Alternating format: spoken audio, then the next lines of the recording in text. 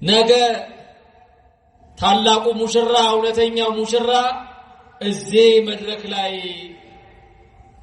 መጥቶ ያርፋል። አገልግሎ ውሎ አምሽቶ ሲገባ ባቄላ ሽምብራ ነበር የሚበላው። ቦሌ ኤርፖርት ተገኝተው አቀባበል ያደርጋሉ። ስለዚህ በነገው ዕለት ነጭ ለብሰን ስንሸኘው ሙሽራው ነገ ሙሽራውን የሚያገኝበት ስለሆነ በዚህ ሰሞን እንደሰማችሁት ቤተክርስቲያን ያዘነችበት እንባ ያፈሰሰችበት ያለበት ወቅት ነው። ልጇን አንደበቷን አታለችና ታላቁ መምህር እናት ልጇ ሲሞት ድንኳን ደኩና አስከሬኑን አጋድማ እየዞረች እንደምታለቅስ ቤተክርስቲያንም በጥምቀት ወልደዋለችና በወንጌልም ኮትኩታ አሳድገዋለችና በስጋ ስለተለያት ልጇ ካህናት አስከሬኑን እየከበቡ የቤተ ክርስቲያን እንባዋ ጸሎቷ ነው፣ ጩኸቷ ዜማዋ ነው፣ እያነባች ነው በስጋ ለተለየ ልጇ። የወልደ ሰማዕትን ነፍስ በእነ አብርሃም በእነ ይስሐቅ በእነ ያዕቆብ አጠገብ ያሳርፍልን። በፊታችሁ ስንቆም ሳናዝን ቀርተን አይደለም፣ ሳንቆስል ቀርተን አይደለም። ልባችን በሐዘን ተሰብሯል። በነገው ዕለት ደግሞ እንሸኘዋለን። እግዚአብሔር የተመሰገነ ይሁን።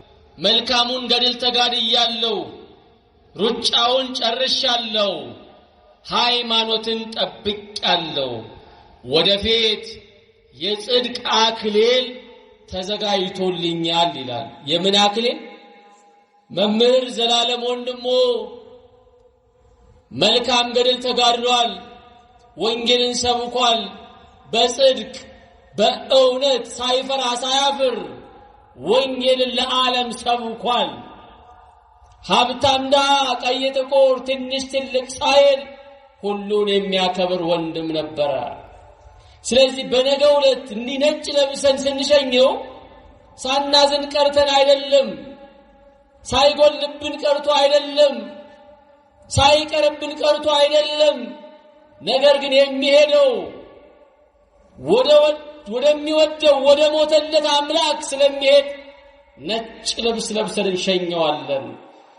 የጽድቅ አክሊል ወደሚያገኝበት ስለሆነ የሚሄደው መላእክት ነፍሱን ስለሚያሳርጉት ወተቀበልዎ መላእክት በስብሐት ወበማህሌት እንደሚል ነጭ ልብስ ለብሰው እነሱም ስለሚቀበሉት እኛም ነጭ ልብስ ለብሰን እንሸኘዋለን። ሙሽራው ነገ ሙሽራውን የሚያገኝበት ስለሆነ እሱ ሙሽራ ነው። ቆብ አልባ መነኩሴ ነው። በከተማ የሚኖር መናኝ ነው። ይሄን ልብላ ይሄን ልጠጣ ላጊጥ ልመር የማይል ስለ ወንጌል ሁሉን የተወ ትዳሩን የተወ በድንግልና የኖረ ክብር የማይፈልግ ይጨብጨብልኝ የማይል ልደነቅ የማይል የተራበ ሲያበላ የተጠማ ሲያጠጣ ካሜራ ደቅኖ የማያደርግ ዛሬኛ ሁሉ ነገራችን በካሜራ ፊት ነው የምናደርገው።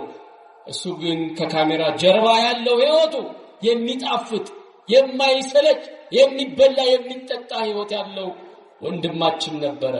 ስለዚህ ነገ ስንሸኘው ነጭ ልብስ ለብሰን አምረን ተውበን የሙሽርነት ቀኑ ስለሆነ ማለት ነው፣ ወደ ጌታ የሚሄድበት ስለሆነ ማለት ነው።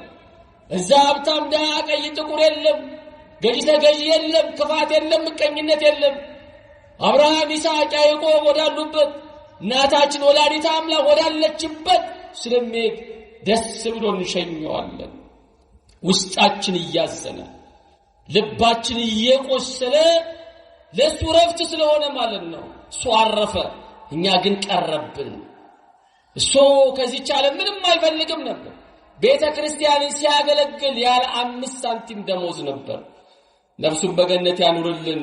የእግዚአብሔርን ሐሳብ ካገለገለ በኋላ አንቀላፋ ይላል የሐዋርያት ሥራ ምዕራፍ 13 ቁጥር 36 ላይ ዳዊት የማንን ሐሳብ? የእግዚአብሔርን ሐሳብ ካገለገለ በኋላ መምህር ዘላለም ወንድሙ ያገለገለው የእግዚአብሔርን ሐሳብ ነው። ወንጌል የማን ሐሳብ ነው ስንል የእግዚአብሔር ሐሳብ ነው። የምስራቹን የሚናገር ዲያብሎስ እንደተዋረደ የሰው ልጅ ደግሞ እንደከበረ የሚናገር ይሄንን ወንጌል ሳያፍር በእውነት አስተምሯል። የዘመናችን ሐዋርያው ቅዱስ ጳውሎስ፣ የዘመናችን ዮሐንስ አፈወርቅ፣ የዘመናችን ጢሞቴዎስ፣ የዘመናችን ቅዱስ ጴጥሮስ ነበረ። አሁን ለዘመናት ወዳገለገለው አምላክ ሄዶ ነፍስ ይማር አይባልም። የወልደ ሰማዕትን ነፍስ ከቅዱሳን ጋር ምን ይበል ነው የሚባለው? ይደምርልን ነው የሚባለው። የእግዚአብሔርን ሐሳብ ነው ያገለገለው። ስለ እውነት ነው የሮጠው፣ ስለ ወንጌል ነው የሮጠው። መምህር ዘላለም ወንድሙ ራሱ ወንጌል ነው። ያልተነገረለት፣ ያልተወራለት፣ ያልተዘመረለት ነው መምህር ዘላለም ወንድሙ። ወደፊት ታሪኩ በቀጣዩ ትውልድ ተጠንቶ በረከት ይደርብን ከሚባለው ከነሰማዕቱ ከቅዱስ እስጢፋኖስ ጋር የሚመደብ ነው። የኋላ ሰዎች ታሪኩን ያጠናሉ። እሱ እንዲሁ ነው። ስለ ወንጌል ሁሉን የተወነ ጻድቃን ቅዱሳን ሰማዕታት በሕግ በአግባብ ቢያደርጉት ኃጢአት ያልሆነውን ትተው ነው ጻድቅ ሰማዕት ቅዱስ የሆኑት። መምህር ዘላለም ወንድሙም በሕግ በአግባብ ትዳር መስርቶ ቢኖር ክፋት አልነበረውም። ግን እሱ ተወ። ልመር ላጊጥ ልብላ ልጠጣ ማለትን ልሾም ማለትን የማይወድ ይጨብጨብልኝ ይነቀፍልኝ ማለትን የማይወድ ስለዚህ በነገው ዕለት በሽኝቱ ላይ መገኘት ለእግዚአብሔር ልጆች አንድ ቅዱስ፣ አንድ ሰማዕት፣ አንድ ጻድቅ ሽኝት ላይ እንደመገኘት ነው የሚቆጠረው። በዘመናችን ሐዋርያው ቅዱስ ጳውሎስ ቢኖር ኖሮ እሱ ባረፈበት ጊዜ በሽኝቱ ላይ እንደመገኘት ነው የሚቆጠረው። ስለዚህ ድምጽ የሚሰማችሁ ሁሉ ያገለገለው ዓለምን ነው። ልንገኝ ለራሳችን ስንል ነው። ለሱ አይጠቅመው። እሱ አረፈ፣ እኛ ነን። ወደፊት ግን ትውልዱ በረከት ሲደርብን አማልደን የምንለው ታላቅ ወንድም ነው ያጣነው። እግዚአብሔር አምላክ ነፍሱን በደጋጎቹ ዘንድ ያሳርፈልን። ቤተክርስቲያን ያዝናለች፣ አንገታችንን ደፍተናል። ወንጌሉ ዝም ብሏል። የመድረኩ ግርማ ሞገስ አሁን የለም። ምኑን ይሆን ያመመው? አንድ ቀን ሳንጠይቀው ምን ሆኖ ይሆን? ነገን ሙሽራውን አንደበተ ርቱዕን ቅኑን የዋሁን ወንጌልን በፍቅር የሰበከውን ወደ አምላኩ ሲናፍቀው ወደ ነበረው የምንሸኝበት ቀን ነው። በተያዘው መርሃ ግብር መሰረት በዚህ ታላቅ ካቴድራል ባገለገለበት አውደ ምሕረትም ላይ መርሃ ግብር አለን። ሰፊውን መርሃ ግብር የሚወስደው ግን በመስቀል አደባባይ ነው። በእውነት የወደደውን አደረገ፣ የፈቀደውን አደረገ። ቢኖርልን መልካም ነበር። የሚያሳድጋቸው፣ የሚያበላቸው፣ የሚያጠጣቸው ሕፃናት፣ የሚያስተምራቸው ሕፃናት ብዙዎች ነበሩ። ጧሪ ቀባሪ የሌላቸው አረጋውያንና አረጋውያት ብዙዎች ነበሩ። ለነሱ እግዚአብሔር አምላክ ሰው ያዘጋጅላቸው፣ ሰው ያስነሳላቸው። የመምህር ዘላለም መልካም ስራው ይቀጥል ዘንድ ግን የሁላችንም ኃላፊነት ነው። ሶምሶን ጠላቶቹን በሕይወት እያለ ብዙ ሺህ ጠላቶቹን ገድሎ ነበር። ሲሞት ደግሞ የቤቱን ምሰሶ ጥሎ ብዙ በሕይወት ከገደላቸው በልጦ ነበር። ተወዳጁ መምህር ዘላለም ወንድሙ በሕይወት እያለ ከሰበከን ይልቅ ሞቶም እየሰበከን ነው። አሁንም እየሰበከን ያለው በአንደበቱ አይደለም፣ ዝም ብሎም እየሰበከን ነው። ከቤተ መንግስት እስከ ቤተ ክህነት ከታላቁ እስከ ታናሹ አንድ አድርጎናል። አሁን በረከቱ ይደርብን፣ ነፍሱ በሰላም ትረፍልን። አንድ አድርጎናል። እንዴት አይነት መታደል ነው!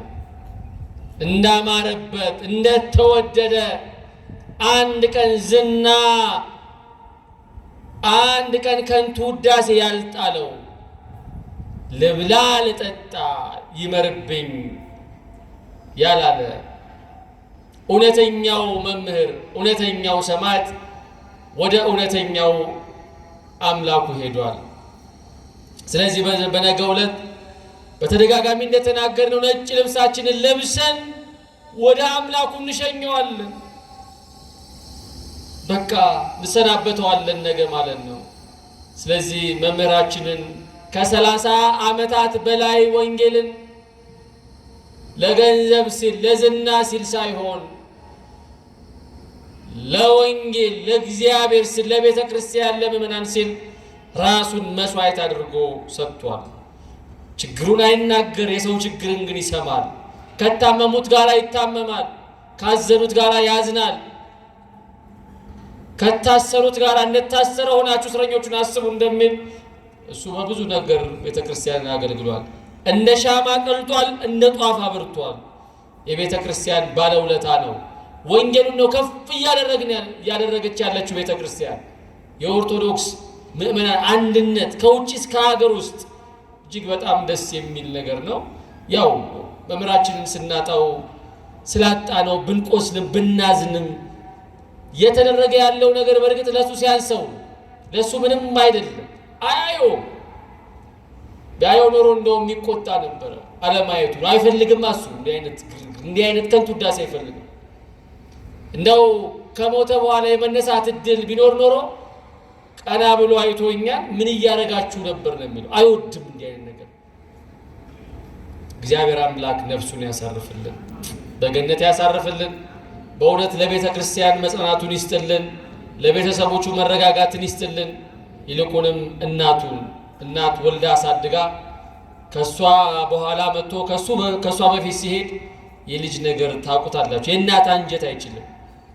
እናትየውን ወንድሞቹን እሱ ትዳር የለው ቤት የለው አገልግሎ ውሎ አምሽቶ ሲገባ ባቄላ ሽምብራ ነበር የሚበላው። በቅርብ ስለምናውቀው ነው። ወንድማችንን ባናጣው ጥሩ ነበር፣ ግን ለሱ ረፍት ነው። በጌታ የሚያምኑ ሞታቸው ክብር ነው። ኑሮ ግን ቆሎ ነው። ካህልና ዶሮ ቆሎ ነው ኑሯቸው። ሲሞቱ ነው እንጂ የነሱ ክብራቸው ይላል። የሱ ክብሩ የተገለጠበት ማንነቱ የተገለጠበት ወቅት ነው ይሄ። በህይወት እያለ ተደብቆ ነው የኖረው። አንድ ቀን ይነጠፍልኝ ሳይል አንድ ቀን ስጋዊ ጠባይ ሳይታይበት የኖረ ነው። ይሁን እስቲ ወላዲተ አምላክ ሁላችንም ታጽናናል። ካህናት፣ ወንድሞች፣ ዲያቆናት በቦሌ ኤርፖርት ተገኝተው አቀባበል ያደርጋሉ። ከዛም በዚሁ በታላቁ ካቴድራል ሲያገለግልበት በኖረው ካቴድራል እንዲሁ የጸሎት መርሃ ግብር ይኖራል።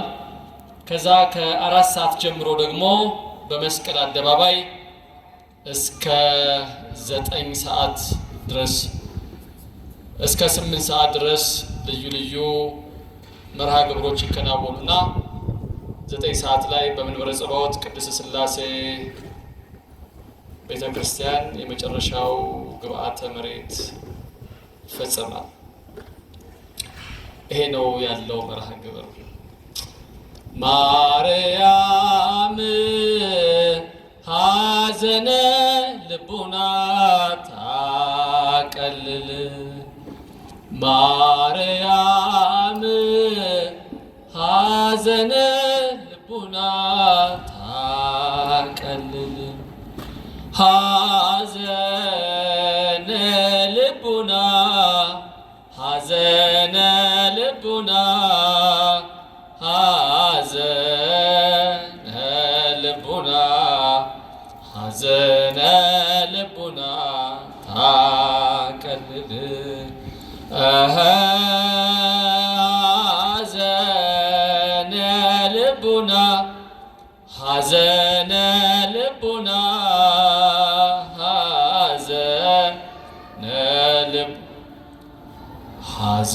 ሐዘነ ልቡና ታቀልል ማርያም የልብን ሐዘን ታቀላለች።